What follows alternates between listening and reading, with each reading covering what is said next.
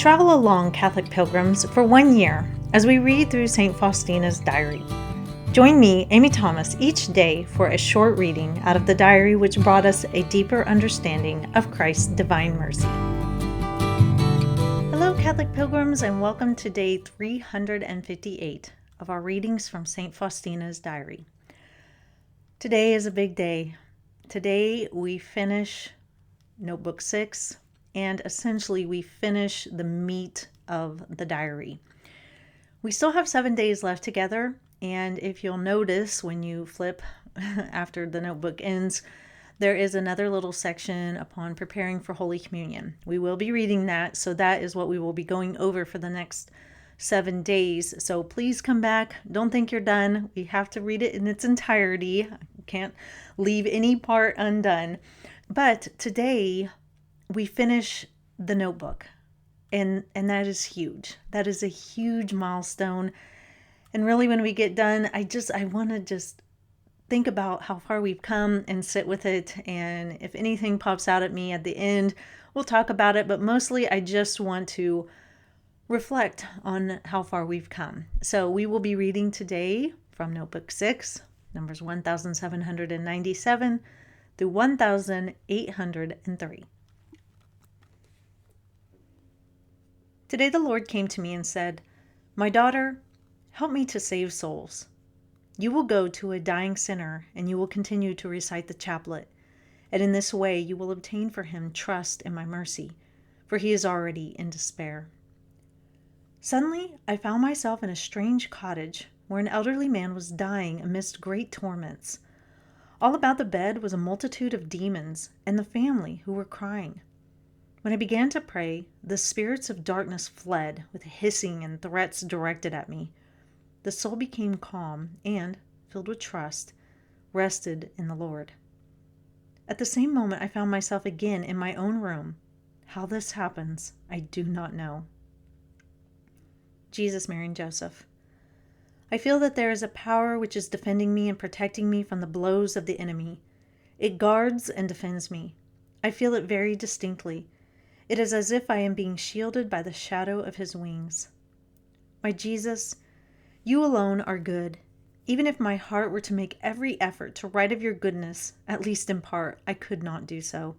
This is beyond all our comprehension. One day, during Holy Mass, the Lord gave me a deeper knowledge of his holiness and his majesty, and at the same time I saw my own misery. This knowledge made me happy, and my soul drowned itself completely in his mercy. I felt enormously happy. On the following day, I had a clear awareness of the following words. You see, God is so holy, and you are sinful. Do not approach him and go to confession every day. And indeed, whatever I thought of seemed to me to be a sin. But I did not omit going to Holy Communion, and I resolved to go to confession at the prescribed time, as I had no clear impediment. But when the day for confession came, I prepared a whole mass of those sins of which I was to accuse myself. However, in the confessional, God allowed me to accuse myself of only 2 imperfections, despite my efforts to make a confession according to what I had prepared. When I left the confessional, the Lord said to me, "My daughter, all those sins you intended to confess are not sins in my eyes. That is why I took away your ability to tell them." I understood that Satan, wanting to disturb my peace, had been giving me exaggerated thoughts. "O Savior, how great is your goodness." One day when I was preparing for Holy Communion and noticed that I had nothing to offer him, I fell at his feet, calling down all his mercy upon my poor soul. May your grace, which flows down upon me from your compassionate heart, strengthen me for the struggle and sufferings that I may remain faithful to you. And although I am such misery, I do not fear you, because I know your mercy well. Nothing will frighten me away from you, O God, because everything is so much less than I know your mercy to be. I see that clearly. Here ends the 6th and last notebook. Oh man, Catholic pilgrims, we are so blessed. I tell you, this last number, 1803, this prayer that she says, good grief, what a perfect way to end these notebooks. I just want to read it again because it is the summation of all that we were meant to learn. Just let it pour over you as I read it. May your grace, which flows down upon me from your compassionate heart, strengthen me for the struggle and sufferings, that I may remain faithful to you. And although I am such misery, I do not fear you, because I know your mercy well. Nothing will frighten me away from you, O God, because everything is so much less than I know your mercy to be. I see that clearly. I hope you see it clearly. I hope that you have come to know his mercy well. I really do. That is my number one hope of this whole year together, is that we all together have come to know his mercy well and that we see it clearly.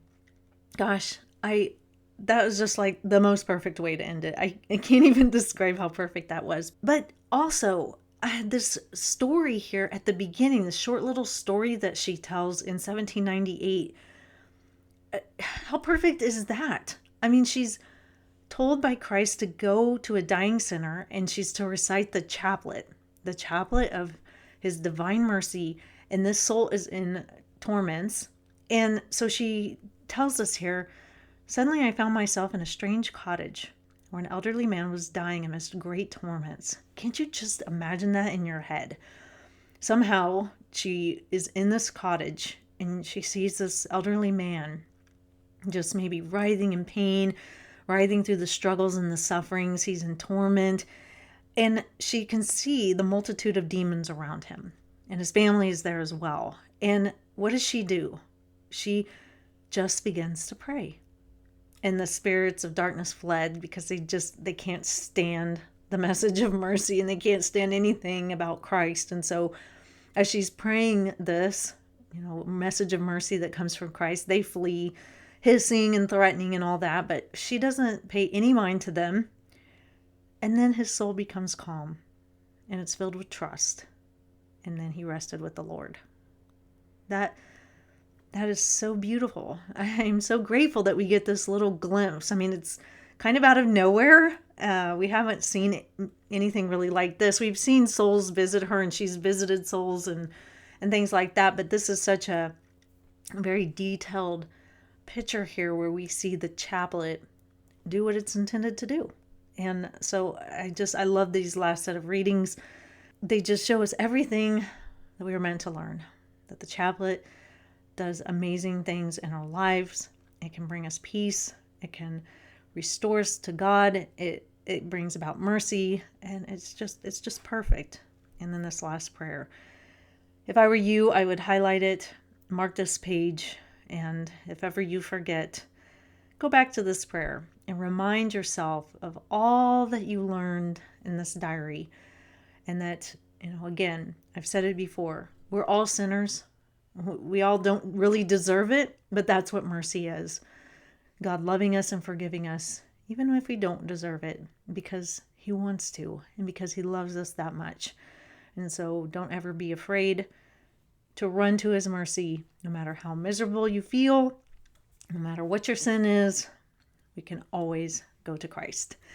So like I said, this is not the end completely. So please come back tomorrow. We still have few more numbers to read. We still have a couple more days together and I don't want to leave it unfinished. And so definitely don't stop here. We've got a couple more days to go, so we're going to keep trucking on. But as far as the main meat of the diary is concerned, we are finished. Congratulations. But I will see you back here for day 359. And until then, live the faith boldly and travel well.